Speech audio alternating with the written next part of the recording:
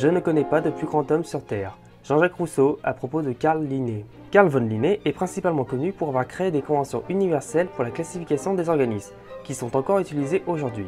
Cette classification le rendit célèbre dans toute l'Europe. Mais me croyez-vous si je vous dis que Linné ne croyait pas du tout à l'évolution des espèces, et que s'il avait pu discuter avec Charles Darwin, il y a très peu de chances qu'ils auraient eu le même avis? Eh bien c'est ce que je vous propose de découvrir dans cet épisode.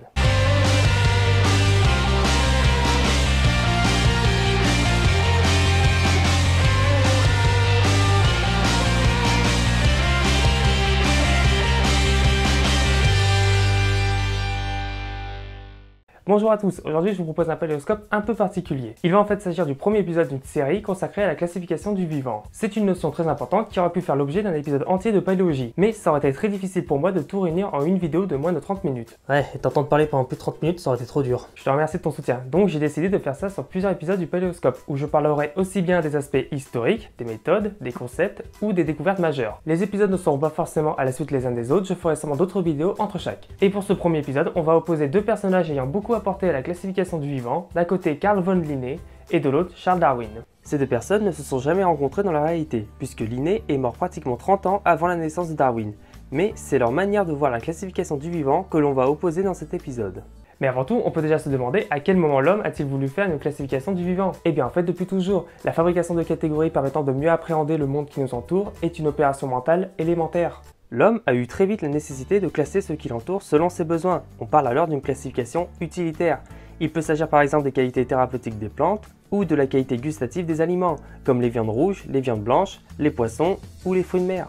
En ce qui concerne le domaine scientifique, la classification du vivant a pour but de mieux comprendre le monde qui nous entoure. Depuis plusieurs siècles, des scientifiques se sont penchés sur la question et ont apporté différentes réponses, ce qui fait que la classification du vivant a évolué. Une des premières classifications date de l'Antiquité. Elle a été créée par un homme dont vous avez sans doute entendu parler grâce à un collègue vidéaste, Aristote. Aristote! Ouais, pour n'importe quel sujet scientifique, vous trouvez la réponse d'Aristote. Aristote! Arrête, c'est chiant. Ok, donc Aristote a défini différents groupes ou différentes âmes selon des critères visuels simples. En premier, on trouve l'âme végétative, qui est douée de la faculté nutritive, qui comprend la capacité de croître et de se reproduire.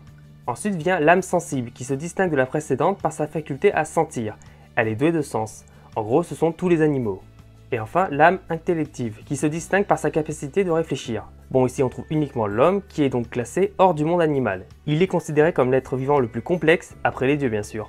Aristote a même proposé une chaîne de complexification naturelle des êtres vivants, allant du caillou à l'homme jusqu'à l'être suprême. Bon, vous vous doutez bien que ce genre de classification, qui est plutôt simple à appréhender, n'est plus utilisé par les scientifiques. De nos jours, les chercheurs utilisent une nomenclature dite binomiale. Chaque animal est désigné par deux termes latinisés. Le premier terme désigne le genre auquel appartient l'animal et le second son espèce. Cette nomenclature a pour origine le milieu du XVIIIe siècle. Elle a été créée par l'un des deux protagonistes de cet épisode, Carl von Linné. Eh ben je pense qu'on peut dire Dankeschön, Herr Carl von Linné.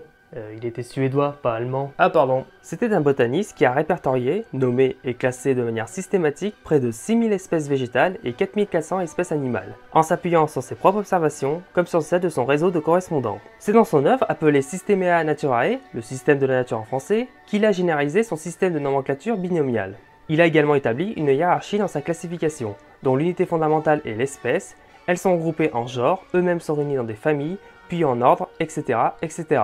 On a un peu un système de Poupérus. Ces groupes, espèces, genres, familles, ordres, sont appelés des taxons. L'établissement de ces taxons est basé sur l'observation et la comparaison de caractères morphologiques. Ainsi, les êtres vivants partageant des caractères communs sont réunis dans les mêmes taxons. Mais attention, bien que le concept de la classification de Linné persiste jusqu'à nos jours, il faut savoir qu'au XVIIIe siècle, la théologie et la science sont fortement liées. Ainsi, selon Linné, la classification du vivant devait refléter l'ordre divin, au sommet duquel se trouve l'homme, créature parfaite. Et encore, il divisait l'espèce Homo sapiens en 4 catégories, avec au sommet de l'échelle l'homme blanc, Homo rhepaeus, et en bas de l'échelle l'homme noir, Homo sacer.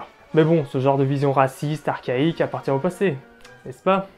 Oui, tout à fait. Dans sa classification, Linné considère que les espèces ont été créées par Dieu une fois pour toutes, et qu'elles n'évoluent pas.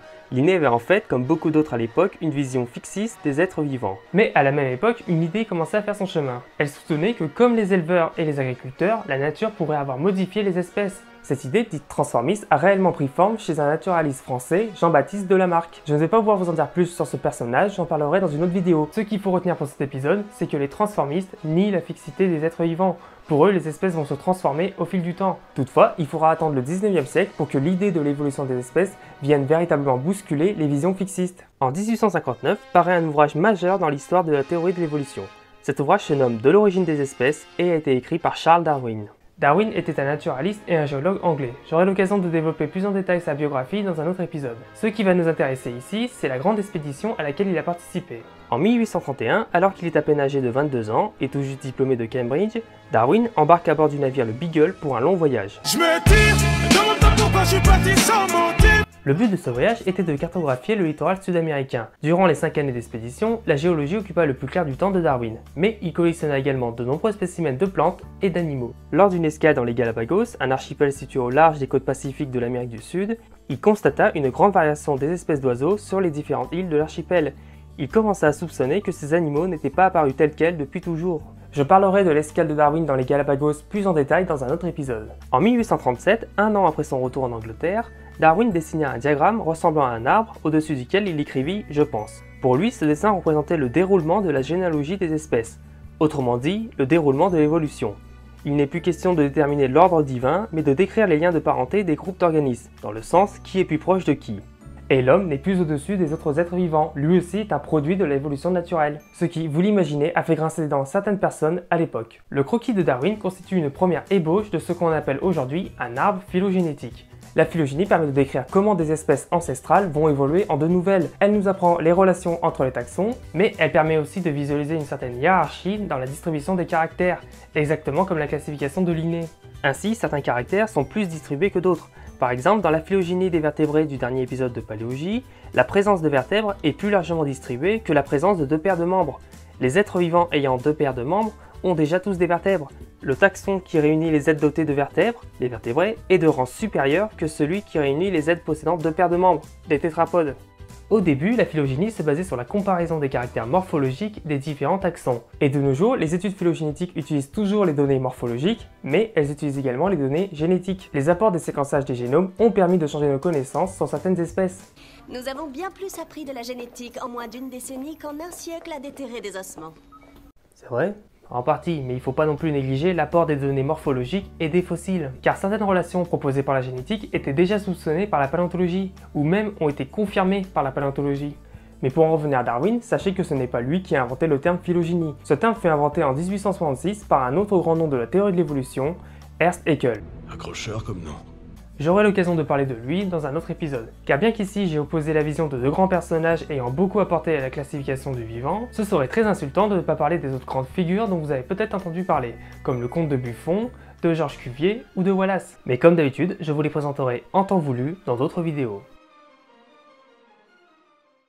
Cet épisode est à présent terminé, merci à vous de l'avoir suivi. Comme d'habitude, s'il vous a plu, n'hésitez pas à laisser un pouce bleu, à partager l'épisode et à échanger dans les commentaires ou sur les réseaux. Je tiens à préciser que cette première vidéo constitue une introduction à la classification. Dans les prochains épisodes, je parlerai de notions plus complexes. J'espère que tout cela vous plaira. En attendant, on se retrouve le mois prochain pour une nouvelle vidéo. D'ici là, passez une bonne journée et une bonne soirée et je vous dis à plus.